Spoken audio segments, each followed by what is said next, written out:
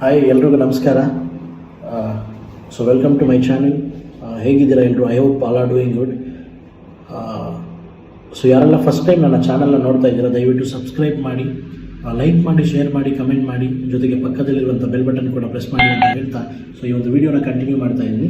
Specially ಈ ಒಂದು ವಿಡಿಯೋನ ಯೂತ್ಸಿಗೆ ನಾನು ಡೆಡಿಕೇಟ್ ಮಾಡ್ತಾ ಇದ್ದೀನಿ ಮೈ ಡಿಯರ್ ಫ್ರೆಂಡ್ಸ್. ಯಾಕಂದರೆ ಸೊ ಪ್ರತಿಯೊಬ್ಬರಿಗೂ ಲೈಫಲ್ಲಿ ಏನಾದರೂ ಸಾಧನೆ ಮಾಡಬೇಕಂತ ಒಂದು ಆಸೆ ಇದ್ದೇ ಇರುತ್ತೆ. ಬಟ್ ಕೆಲವರಿಗೆ ಏನಪ್ಪ ಅಂದರೆ ನಮ್ಮ ಕೈಯಲ್ಲಿ ಆಗುತ್ತಾ? ಸೊ ಇದೆಲ್ಲ ನಮಗಲ್ಲ, ಯಾಕಂದರೆ ನಮ್ಮ ಹಣೆ ಬರ ಸರಿ ಇಲ್ಲ. ದೇವ್ರಿಗೆ ಮುಂಚೆ ಟೈಮ್ ಇತ್ತು, ಹಣೆ ಬರ ಬರ್ದು ಕಳಿಸ್ತಾ ಇದ್ರು. ಬಟ್ ಇವಾಗ ದೇವ್ರಿಗೆ ಅಷ್ಟೆಲ್ಲ ಟೈಮ್ ಇಲ್ಲ. ಸೊ ಪೆನ್ ಕೊಟ್ಟು ಕಳಿಸ್ಬಿಡ್ತಾರೆ, ನಿಮ್ಮ ಹಣೆ ಬರ ನೀವೇ ಬರ್ಕೊಂಬಿಡಿ ಅಂತ. ಯಾಕಂದರೆ ಲೈಫ್ ಅಂದರೆ ಅಷ್ಟು ಚಿಕ್ಕದು, life is very short. Opportunity ಅನ್ನೋದು ಎಲ್ರಿಗೂ ಈಕ್ವಲ್ ಆಗಿರುತ್ತೆ, ಪ್ರತಿಯೊಬ್ಬರಿಗೂ ಆಪರ್ಚುನಿಟಿ ಬಂದೇ ಬರುತ್ತೆ. We should grab it. Opportunity ಬಂದಾಗ ನಾವು ಗ್ರ್ಯಾಬ್ ಮಾಡಬೇಕು. ಸೊ ಇದೇ ಥರ ಮೈ ಡಿಯರ್ ಫ್ರೆಂಡ್ಸ್ ಒಂದು ಸ್ಟೋರಿ ಮುಖಾಂತರ ನಾನು ತಿಳಿಸ್ಕೊಡ್ತೀನಿ. ಆ್ಯಕ್ಚುಲಿ ಲೈಕ್ ಸಿಮಿಲರ್ಲಿ ನಮ್ಮ ಏಜ್ ಅವರೇ ಒಂದು ಹುಡುಗ ಆ್ಯಕ್ಚುಲಿ ಒಂದು ಸಿಟಿಯಲ್ಲಿ ಕಾಲೇಜಲ್ಲಿ ಓದ್ತಾ ಇರ್ತಾನೆ. ಅವನು ಹಳ್ಳಿ ಎವ್ರಿ ಡೇ ಅವನ ಊರಿಗೆ ಅವನು ಜರ್ನಿ ಮಾಡಬೇಕಾಗಿರುತ್ತೆ.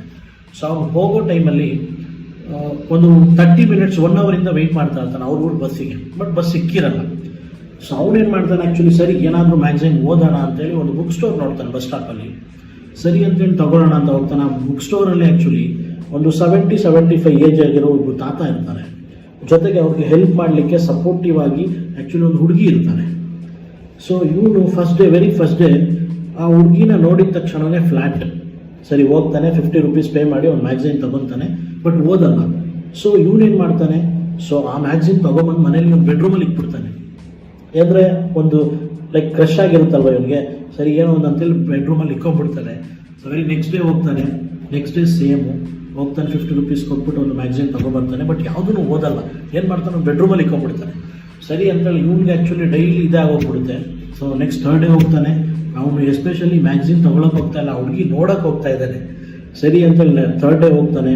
ಸೊ ಇದೇ ಥರ ಎವ್ರಿ ಡೇ ಹೋಗ್ತಾ ಇರ್ತಾನೆ. ಆ ಹುಡುಗಿ ಇವನ್ನ ನೋಡೋದು, ಇವನ್ನ ಅವಳನ್ನ ನೋಡೋದು, ಇಬ್ಬರು ಸ್ಮೈಲ್ ಮಾಡೋದು, ಇಬ್ಬರು ಲೈಕ್ ಸೊ ಒಂದು ಇವನಿಗೂ ಕ್ರಶ್ ಆಗಿಬಿಡುತ್ತೆ. ಎವ್ರಿ ಡೇ ಮ್ಯಾಗ್ಝಿನ್ ತಗೊಂಡೋಗಿ ಅವ್ನ ಬೆಡ್ರೂಮ್ ಫುಲ್ಲು ಅರ್ಧ ಬೆಡ್ರೂಮ್ ತುಂಬಿಸ್ಬಿಡ್ತಾನೆ ಬರೀ ಮ್ಯಾಗ್ಝಿನ್ಸಲ್ಲಿ.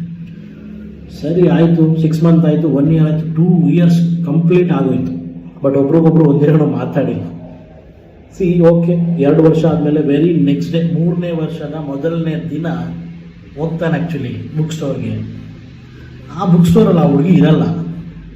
ಸೊ ಏನೋ ಅನ್ಕೊತೀನಿ, ಏನೋ ಬೇಜಾರಿಲ್ಲ, ಲೈಕ್ ಏನೋ ಹುಷಾರಿಲ್ವೇನೋ, ಮೇ ಬಿ ಲೀವಲ್ಲಿ ಇರ್ಬೋದು. ಸರಿ ಆಯಿತು ಅಂತೇಳಿ ಮನೆಗೆ ಹೋಗ್ತಾನೆ.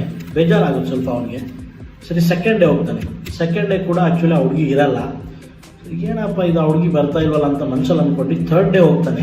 ಸೊ ಥರ್ಡ್ ಡೇ ಬಂದ್ಬಿಟ್ಟು ತುಂಬ ಫೀಲ್ ಆಗ್ಬಿಡುತ್ತೆ ನನಗೆ. ಸೊ ಫೀಲ್ ಆದಾಗ ಏನು ಮಾಡ್ತಾನೆ, ತಾತನ ಹೋಗಿ ಕೇಳ್ಬಿಡ್ತಾನೆ ಆ್ಯಕ್ಚುಲಿ. ಸೊ ಏನು ತಾತ, ಇಷ್ಟು ವಯಸ್ಸಾದರೂ ನೀವು ಒಬ್ಬರೇ ಮಾಡ್ತೀರಲ್ಲ, ಸಪೋರ್ಟ್ಗೆ ಯಾರಾದ್ರೂ ಇಟ್ಕೊಬೇಕಲ್ವಾ, ಒಬ್ಬರು ಹುಡುಗಿ ಬರ್ತಾ ಇದ್ರಲ್ವಾ, ಸೊ ಎಲ್ಲಿ ಬರ್ತಾ ಇಲ್ವಲ್ಲ ಅಂತ ಕೇಳ್ಬಿಡ್ತಾನೆ.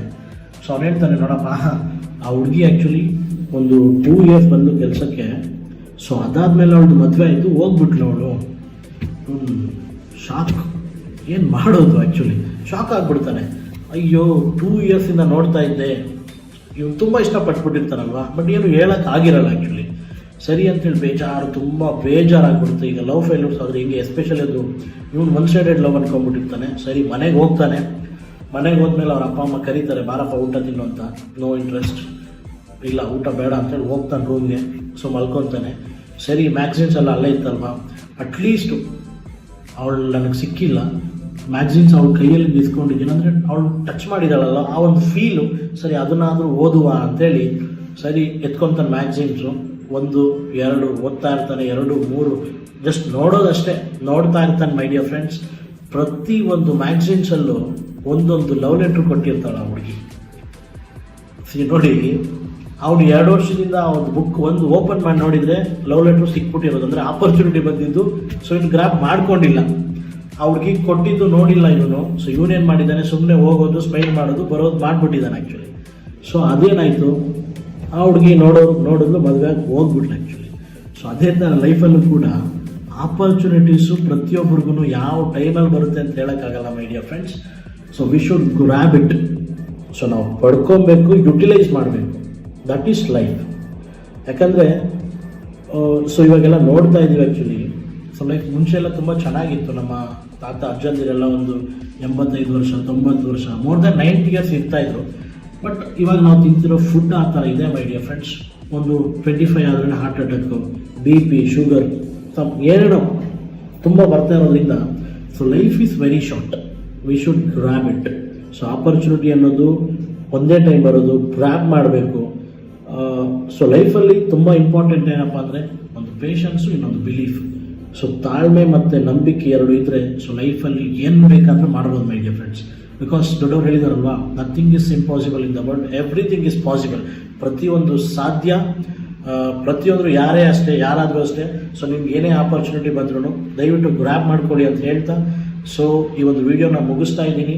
ಸೊ ನಿಮ್ಮೆಲ್ಲರ ಸಪೋರ್ಟ್ ಇದೇ ಥರ ಇರಲಿ. Thank you so much, I love you so much.